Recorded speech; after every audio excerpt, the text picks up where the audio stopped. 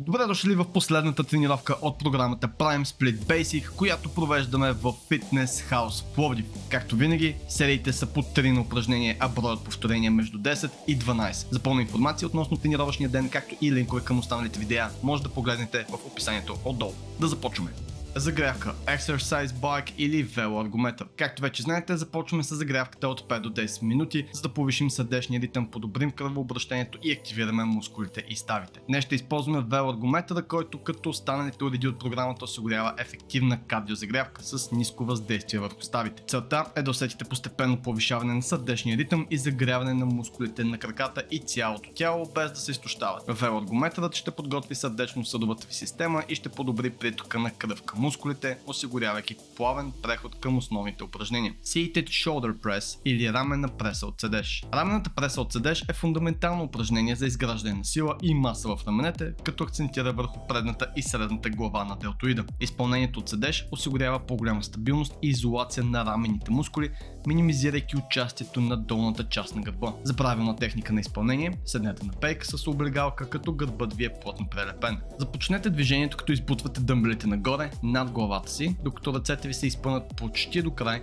но без да заключвате лактите. След това бавно и контролирано спуснете дъмбелите обратно до изходна позиция на нивото на раменете. Дишайте по време на спускането и избягвайте да отпускате тежестта рязко или да позволявате на дъмбелите да падат свободно. Важно е лежанката да бъде под съвсем лек наклон, а не перпендикулярна, както и да не използвате прекалено голяма тежест, която да ви кара да извивате гърба си или да се люлеете. Standing Lateral Raises или странично повдигане на ръце. Страничното повдигане на ръце с дъмбели е изолиращо упражнение, което е изключително ефективно за таргетиране на средната глава на делтоида, отговорна за широчината на раменете. За правилна техника на изпълнение, застанете изправени с крака на ширината на раменете и леко сгънати колене. Гърбът ви трябва да е изправен, а раменете леко прибрани назад.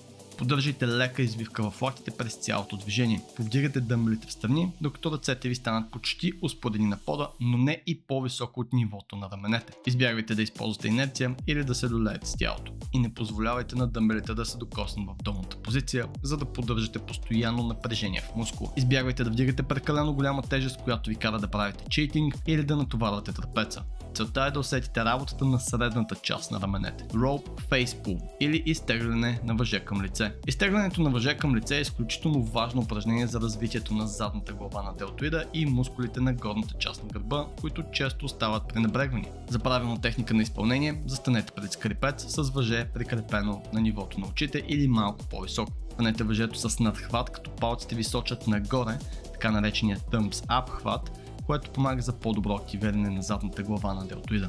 Отстъпете назад, докато ръцете ви се изпънат напълно и усетите леко разтягане в раменете.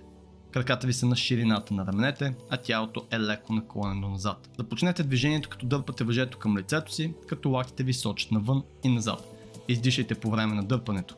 Представете си, че се опитвате да разделите въжето на две. Може да опитате и вариант, при който дърпате въжето леко в страни, което също може да активира задното рамо по различен начин, но за мен лично хватът с палци нагоре е по-ефективен за директно таргетиране на задната глава. След като достигнете максимално свиване, бавно и контролирано върнете въжето в изходна позиция, позволявайки на мускулите да се разтегнат напълно. Дишайте по време на връщането и избягвайте да използвате инерция или да се люлеете с тялото. Plate Sit-Ups или коремни преси с тежест. Коремните преси с тежест са ефективно упражнение за изграждане на сила в коремната област. Добавянето на тежест увеличава интензивността, което стимулира мускулния растеж и издържливост. За правилна техника на изпълнение, легнете по гръб на пода с гънати колене, дръжте диск или подовка пред гърдите си. Ръцете ви трябва да обхващат тежестта, като я държат стабилно. Погледът е насочен нагоре. Започнете движението, като повдигате горната част на тялото си нагоре, свивайки коремните мускули. Издишайте по време на повдигането. Повдигнете тежестта нагоре, докато коремът ви е напълно свит.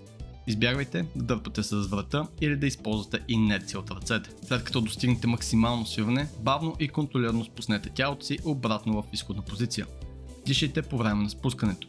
Не позволявайте на тежестта да ви дърпа рязко надолу и избягвайте да извивате гърба си или да напрягате врата. Ако усетите дискомфорт в кръста, намалете тежестта или преминете към обикновени коремни преси без тежест. Alternating Floor Oblique Twist или коремни преси с ротация. Коремните преси с ротация са ефективно упражнение за таргетиране на костите коремни мускули, облиците, които са отговорни за страничните движения и ротация на торса. За правилна техника на изпълнение, отново легнете по гръб на пода с гънати колене. Може да държите диск или подовка пред гърдите си за допълнително натоварване. Ако упражнението започне да ви става прекалено лесно, може да пробвате и с завдигнати крака във въздуха, което значително ще увеличи трудността и необходимия баланс за правилно изпълнение. Започнете движението, като повдигате горната част на тялото си нагоре, свивайки коремните мускули, и едновременно с това завъртате торса си към едната страна, почти опитвайки се да докоснете противоположното коляно с лакът. Фокусирайте се върху свиването на костите коремни мускули и избягвайте да използвате инерция. Reverse crunches on a decline bench или обратни коремни преси на наклонена лежанка. За правилна техника на изпълнение, легнете на наклонена лежанка, като главата ви е в горната част на лежанката. Хванете здраво горната част на лежанката или стабилна опора зад главата си. Краката ви трябва да са изпънати напред или леко сгънати в коленете. Колкото по-изпънати са краката, толкова по-трудно е упражнението. Започнете движението, като повдигате краката си нагоре, свивайки долната част на коремните мускули. Издишайте по време на повдигането.